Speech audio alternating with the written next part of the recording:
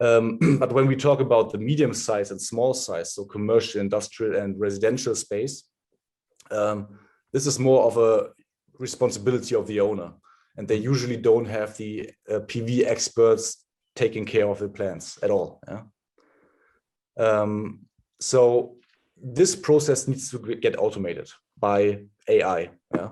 So that's why we have a software that receives the data from the PV plants, from the inverters, maybe data loggers.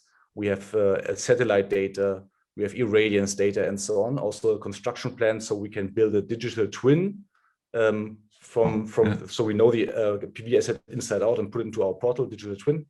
So we have all these data sources and put this into a monitoring solution. So monitoring means we have an interface where you can see if your PV plant is up or down, or if it's burning or whatever it is. Yeah? So how it's producing. But it's just basically copying exactly the idea, the data that we are receiving into graphs. Yeah? Yeah. So then we have a second layer, which is the analytics layer that tells you where you have. May I jump in? So for the digital twin, that's cool. Do you also include like the technical data of, you know, who manufactured the solar module, who's the manufacturer of the inverter, the model type, etc., stuff like that? Everything, yeah, exactly.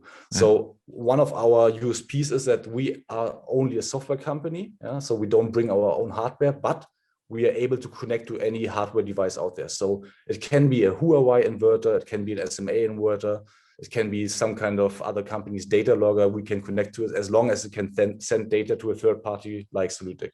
Mm-hmm. So we don't care which hardware it is. We are hardware agnostic, hardware independent.